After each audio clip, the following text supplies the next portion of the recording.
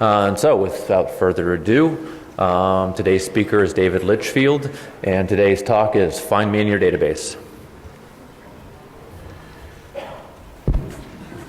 Hey, good morning everybody.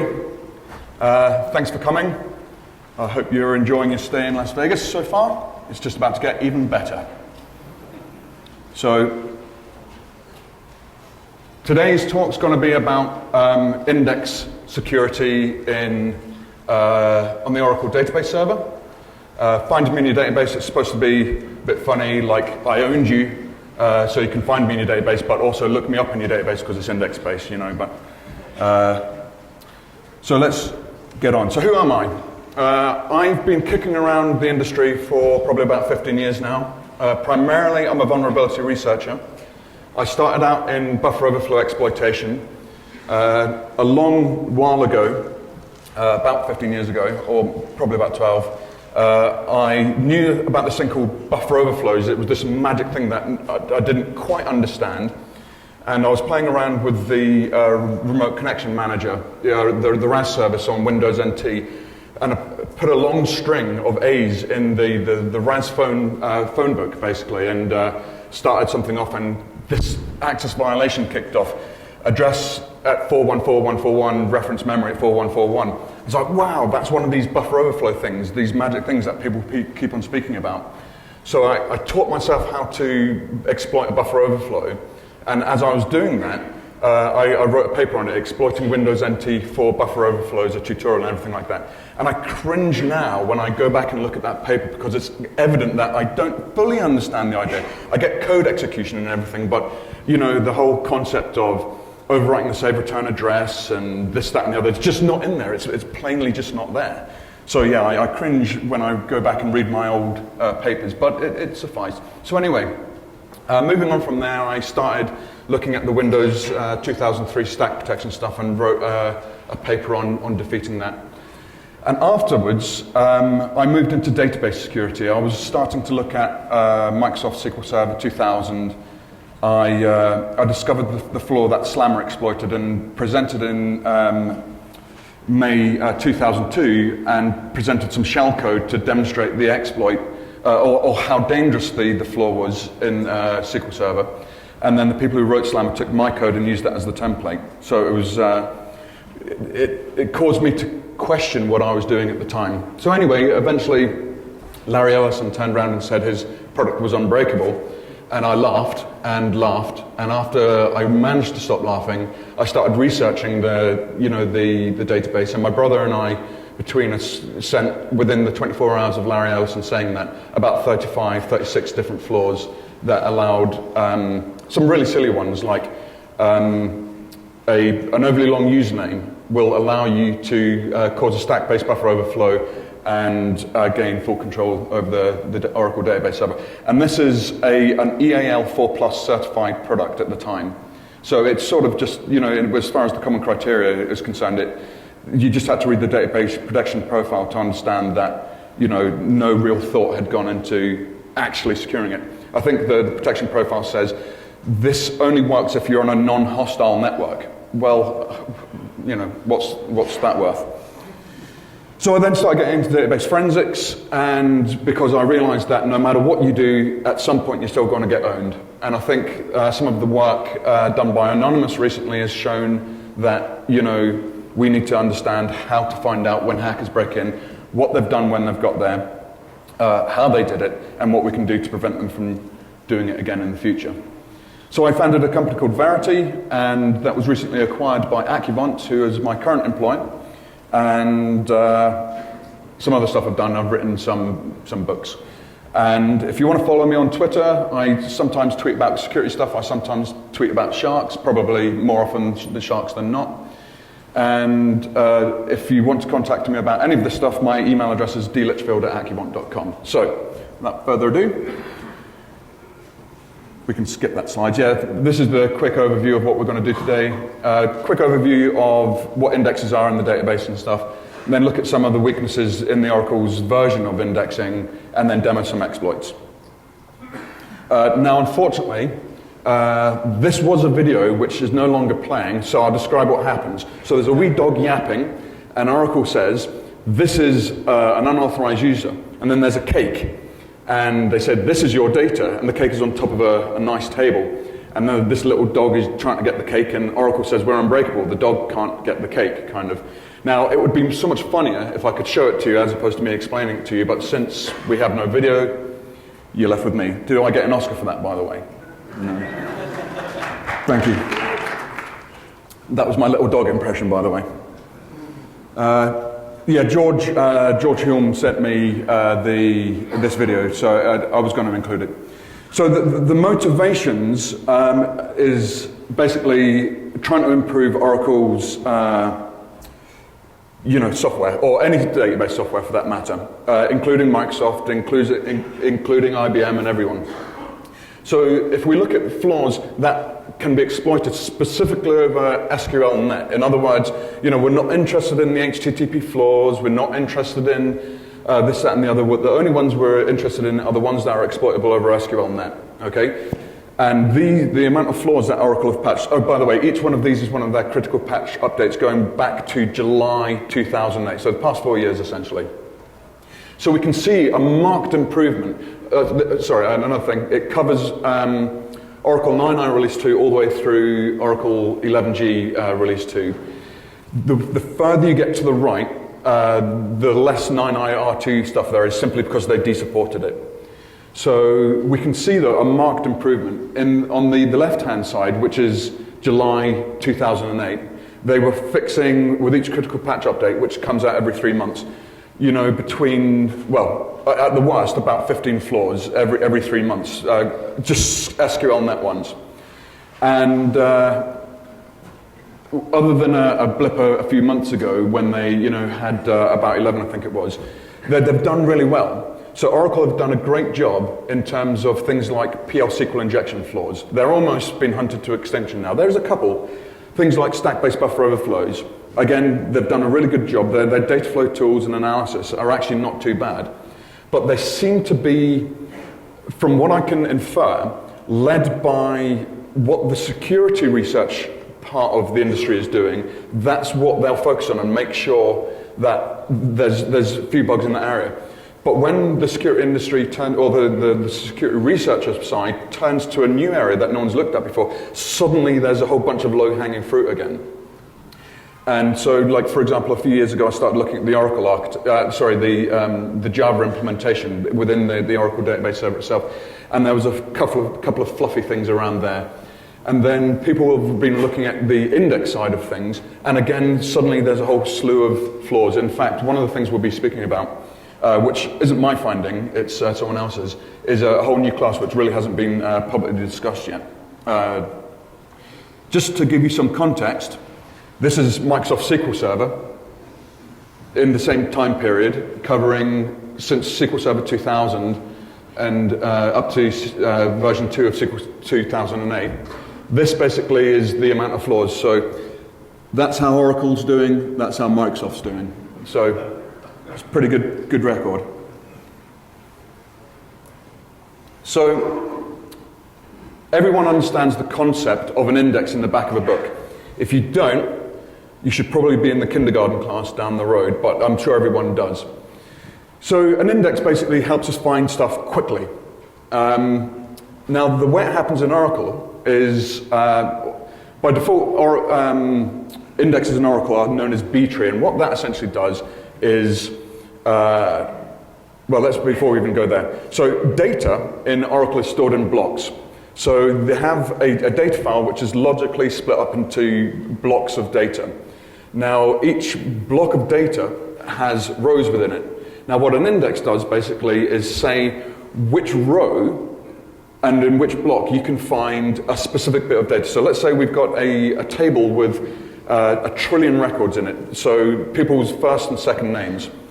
If we didn't have an index and we wanted to search for David Litchfield, we would have to go through every single block of data looking to see if David Litchfield record exists in that one, if it's not moved to the next block, and so on.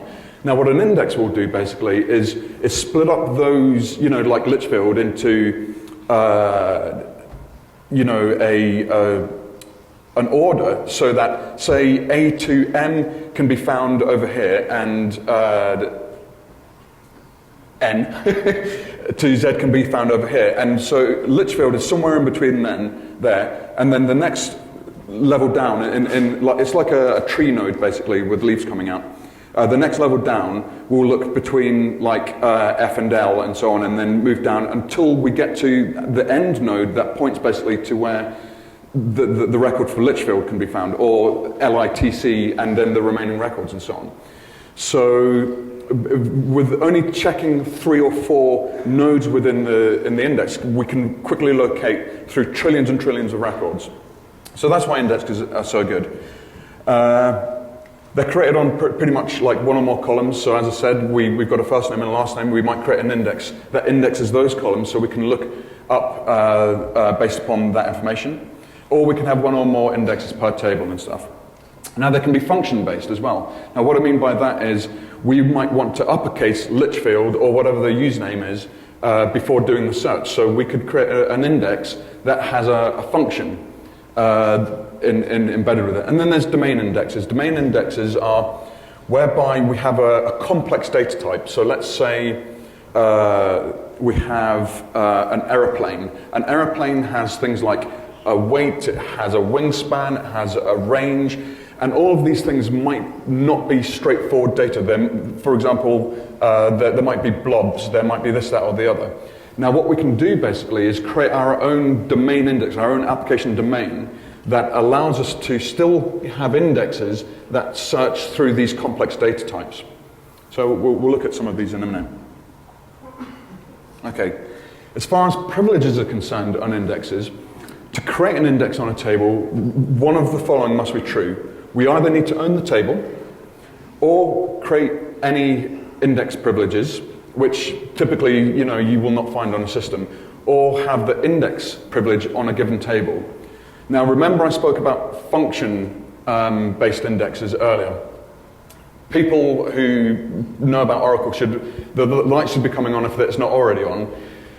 If we have the index privilege on a table, we might be able to create a function-based index on that table, and if it's a function-based index and it's using auth ID, actually, let's put the slide on, I'm jumping ahead. Okay, so CVE 2010-0902, this was discovered by a friend of mine who's given me permission to talk about this stuff, or this specific flaw, and so basically, if you look at the flaw, the system user, which is a very powerful user on the Oracle database server, had 2 tables, OLAP session cubes and OLAP session dims, that basically gave public the index permission. Public is everybody on the database server. Now, this affected Oracle 9i release 2 all the way through 11g release 2, and it was fixed in July 2010, but there was never any public discussion about this. Now, essentially, what the problem is, if we, as public, we obviously, as a user on the system, have rights inferred to, derived through that granted to public, we can create an index on these tables. Now, if we can create an index on these tables and we create a function-based index, we can specify what that function is going to be. And if we, say, write a function that specifies auth ID current user, that essentially causes that function to execute as the owner of the table, which in this case is system. So just a quick background on PL SQL injection. By default, Oracle PL/SQL code, which is like the way you develop SQL applications on Oracle, by default, it will run with the privileges of the definer. In other words, if I create a PL SQL procedure or function, whatever, it will execute with my privileges. If, however, I don't want that, and I want to execute with the privileges of the person calling the function, for security reasons, then we can specify when we create the function or the procedure or the package for that matter, that it's to execute as the current user, auth ID current_user. Now the thing is, if there are PL SQL objects attached to, say, a table or an index in this case, or whatever it happens to be, it will execute with the privileges of the owner of that table or index or whatever. So if we specify auth ID current user. So as a nefarious attacker, what we will do is basically on these tables create an index with a function-based index that calls, for example, grant DBA to public or whatever it happens to be. So because it will execute with systems privileges. So I'll give you a quick demo on this. But in real life, having researched this a bit further, I found that there's a table, XDB$ACL, which is owned by the XDB user. And if you have had an Oracle 9 database server and then upgraded it to 10 or 11, the permissions that were originally set on the install script for the XDB, the XML database stuff, it did a grant all on this table to public. Grant all includes select, insert, update, delete, and the index permission. Now, why is this so important? Well, if you're running a database with a virtual private database in it, and you've done an upgrade from 9 to either 10 or 11G, the permissions allow public to create an index on XDB.ACL. And the XDB account basically has the permissions to execute dbms_RLS, which is used for defining virtual private databases. So as an attack, what we can do is come along and basically disable the virtual private database and gain access to the data we should not be able to gain access to. So that's why it's important. And also, Toad, it's like a PL SQL tool and everything like that. I've seen every so often the index permission for public on the Toad plan table. But I can't work out where it's come from and why that's the case. But anyway, let's look at a demo. Right, let me just increase the font size.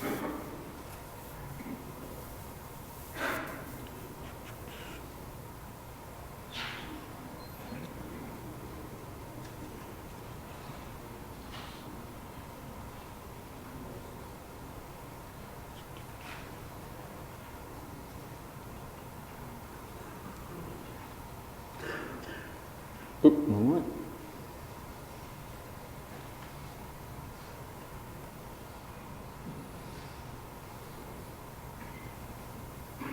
Okay.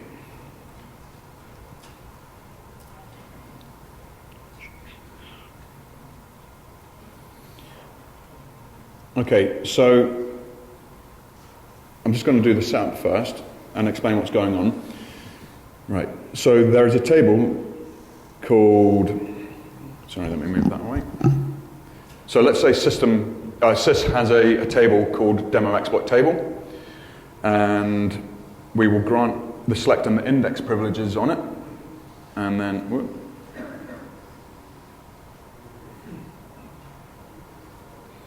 and then commit that. So that's how the setup complete. Okay, so now we're going to connect as this guy. Right, we should not be able to do a set role DBA because we don't have DBA privileges yet. Okay, role DBA has not been granted or does not exist. So we're now, recall that we have the index permission on the demo exploit table. So what we're going to do is, actually before we get there, let's create the nasty stuff. Right, this function here, let's explain what this does quickly.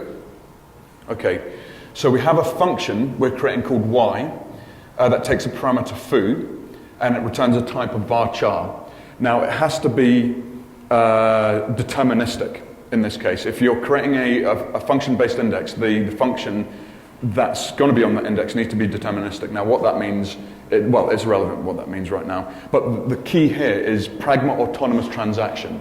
Now what that does basically, it tells the PL SQL compiler that everything that this stuff does is fine to execute in its own little transaction space, and we're not doing anything untoward, nothing to see here, move on, move on.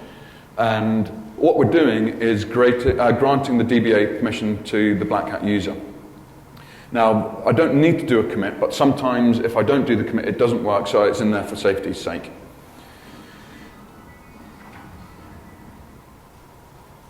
Now, going back up here, what we do is create this index on the table owned by sys. Now what we're doing is creating an index called naughty index, and we're doing it on the demo exploit table, and what we're telling it to do is execute this blackhat.y function. Now remember, that's set as auth ID current user, so when we query the table, the demo exploit table, the index stuff will be called, and that function will be called, and it will execute with sys privileges. So that's just created the index. So now we just need to select from it. Now as soon as we hit enter, this function will be called in the background. Okay?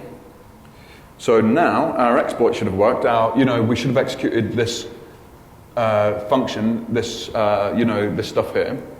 So we can do set role DBA, and we've now got DBA privileges. So if we do select star from session privs, we've got every privilege basically, whereas we didn't beforehand. So if I revoke DBA from Blackhat,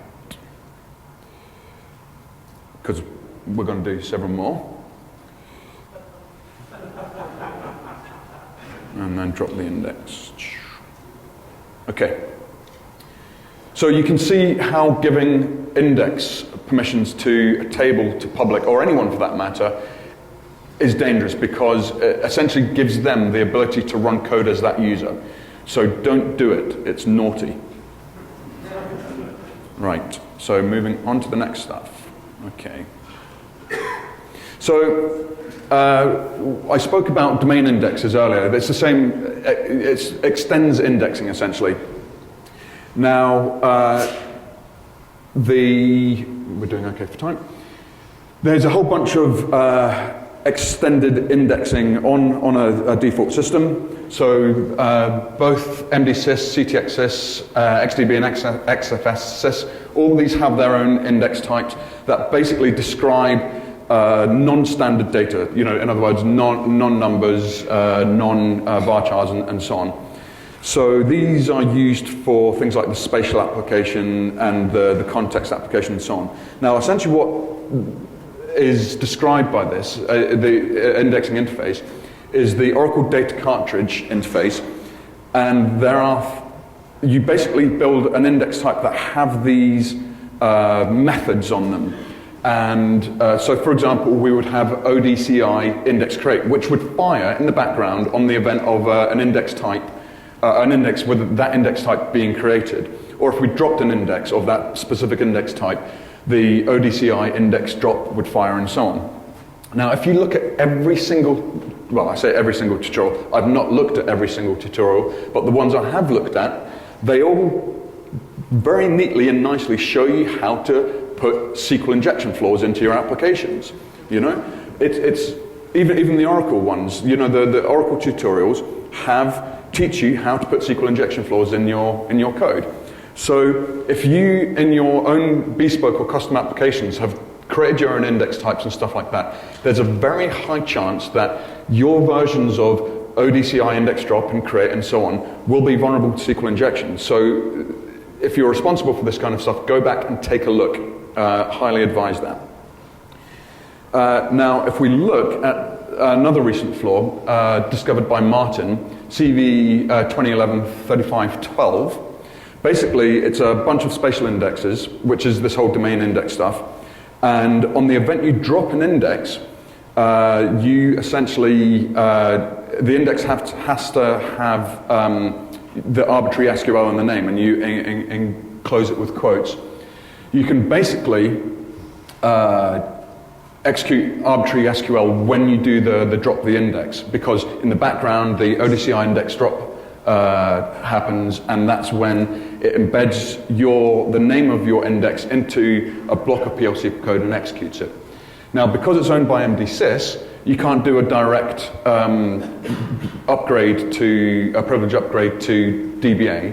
What you have to do is an indirect way. Basically, there's a table, system.ol$ that has public insert permissions on it, and what the MD-sys user does have is the create any trigger privilege. So what we do is create a trigger on this table, on the system table, for looking for inserts. So once we've created the trigger, and the trigger calls our nefarious function, which gives us DBA. So when we then insert into the system.ol table, the trigger fires, which calls our function, which then grants us DBA privileges. Now, I'm not going to demo that because I'm patched against that. I'm fully patched at the moment. So there's no point in me demoing that one.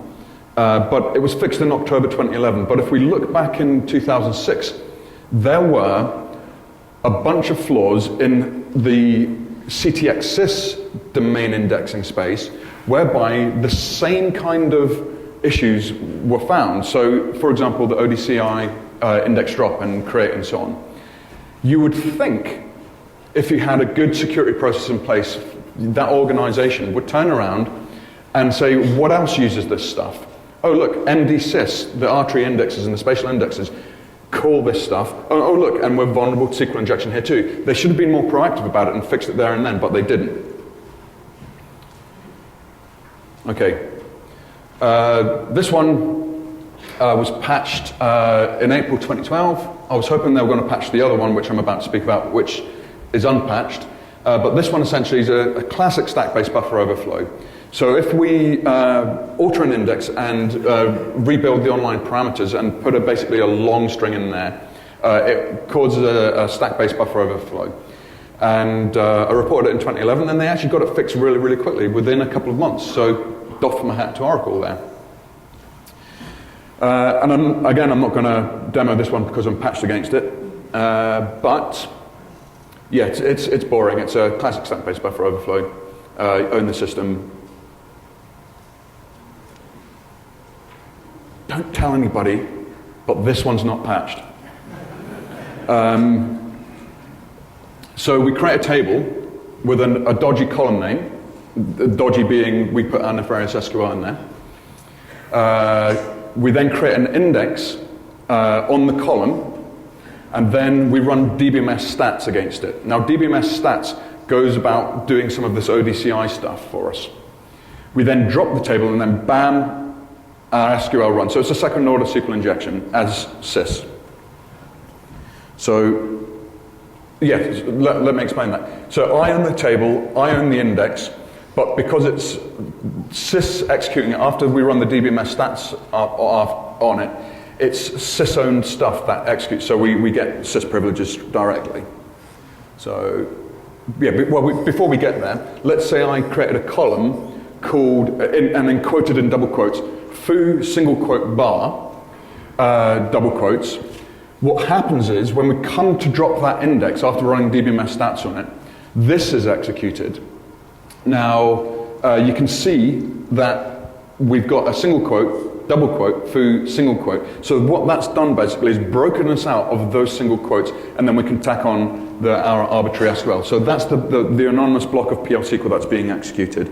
That's where the flaw lies, underneath the covers. So if I come back here, and then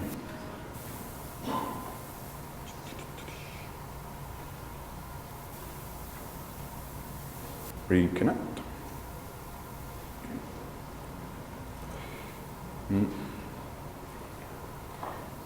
No, it's gonna be wrong. Connect.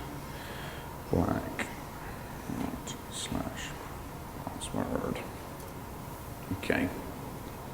If I show you trying to set the role, we've not been granted it because remember we dropped the role from us earlier. So now, so I've created a table called Pwn Oracle, and you can see here the column name I've created is double quotes. We need to enclose it in double quotes. Foo single quote. This double this operator here, the double pipe, is the concatenator operator. So basically what we're doing is the results from the blackhat.x function is concatenated to foo, and then we concatenate bar onto the end of that. So that's what we're doing here. or that's what will happen in our second order SQL injection. And it's of type blob, basically. So we've created our table. We then create an index of type ctxsys.context. That's the index type. And we specify the name of the column, which is our nasty foo Blackhat stuff. So create the index. Index created.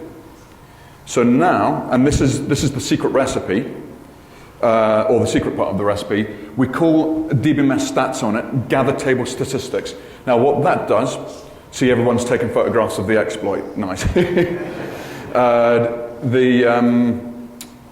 We basically gather the stats for this table.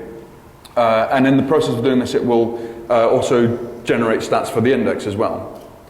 So that's that done. Now, when we come to drop the table, actually, let me go back because I want to show you in action. Drop table. Actually, this is going to fire it off, isn't it? Bugger. Right, let's just do it. Right.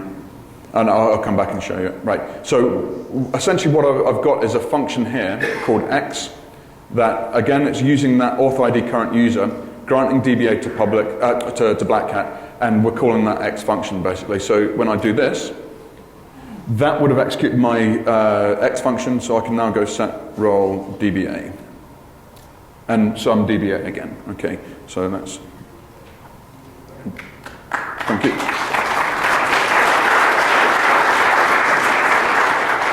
See, the thing is, I feel like a bit of a fraud because I used to do buffer overflows, and now I'm hacking Oracle, you know? It's trivial, you know? I mean, it's not like you're poning Chromium here or anything like that, you know? So, as I said, I feel like a fraud, you know? So, yeah, I'll show you this in, let's just simply do one, remove that. Right, here we go. So, whoops. Yeah, this is basically just to show you the error you would get, and that's how I, realized it was going to be exploitable.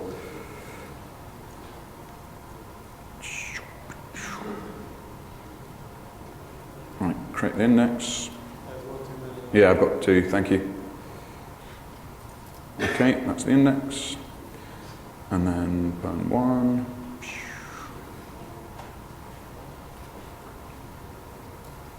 Okay, and then pwn 1, Control C.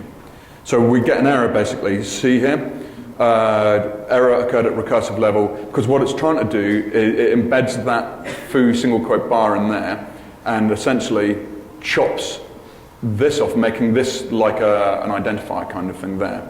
So we get identifier, we get a bit of the code coming back out, so we can see that it's vulnerable to SQL injection, and then from that point onwards, it's guaranteed we own the system, Okay. What are we doing for time? Okay, I've finished. So, yeah, are there any questions on that stuff?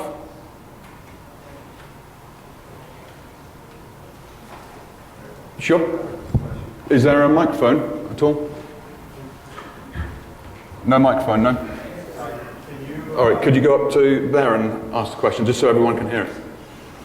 Or I'll repeat the question. Can you talk about the methodology that you use to find, how did you audit? Do you have automation? Yeah, okay. So we have a tool that basically unwraps the PL SQL, and it's just reading through it. But to be fair, that stats one I found just by playing with the system, and dropped the index, and it was like, oh, something went wrong there, and having to go back and reread through it, and then, so that the dbms stats one specifically was a just happenstance kind of. So, but normally it's like reading through the code and stuff. Sure. Last year's talk was database forensics. Are you leaving behind any interesting traces? Yeah, you absolutely are. And I just need. Sorry? Yeah. I'll wait till everyone's gone. So yeah, the question was, are you leaving any interesting traces behind as far as forensics are concerned? Yes, you are. You're creating indexes, leaving evidence in the sys objects table, and if you drop them, once they're deleted, we can still find them again and everything like that. It's not the interesting part though, and there's nothing new in that technique, which is why it's not in there. So, any other? Who wants to know what I did to my hand? That was the last photograph I took with the camera, and when he bit me. That's a 12-foot great white shark, and yeah, that's the shot. It died. I'll show you the camera. You still have all your fingers? Yep. So this was coming up after the dive. That was me. I got bit by a great white. That was just before it bit.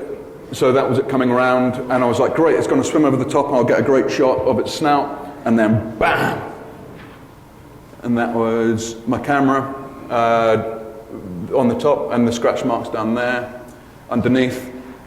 So this is a 1/4-inch alloy, and it punctured through that part there, and it left a bit of tooth embedded in there, and obviously you can see in there and stuff like that. It crushed the housing in there. That was a couple of days after. Yeah, that was the shark. So, but essentially, what happened was when it bit, I didn't actually realise I'd been bitten at the time, and my girlfriend was in the cage next to me, and she was like, "You fucking idiot!" And I was like, "I got bit by a great white," and. And then I'm taking more photographs. This is where is it? So this here is the last photograph I took of it. Now you can see the glow around the bottom. That's because the camera housing had leaked and it was ruining the camera. And I noticed that it was leaking. I was like, oh, God damn it. So I said to the DM, let's go up. So we went up, and it was only when I got to the surface that my hand actually started bleeding because of the water pressure. We were down at 60 feet, and the water pressure had basically stopped, any bleeding under the water. So I was like, oh, look at my camera. Oh, look, there's a bit of tooth. And then suddenly there's like this. I'm like, so yeah, my camera survived for about 10 minutes because it was just a very, very slow leak. And so yeah, that was the last shot that my camera ever took. But the housings, I've repaired the housing now. I've got a G-clamp and a screwdriver and bit of brute force, and yeah, it's back in business. So yeah. Anyway, the hand was broken before as well, but then the shark bit it, so it wasn't very nice. Yeah. Okay. Well, anyway, thank you very much for coming, and.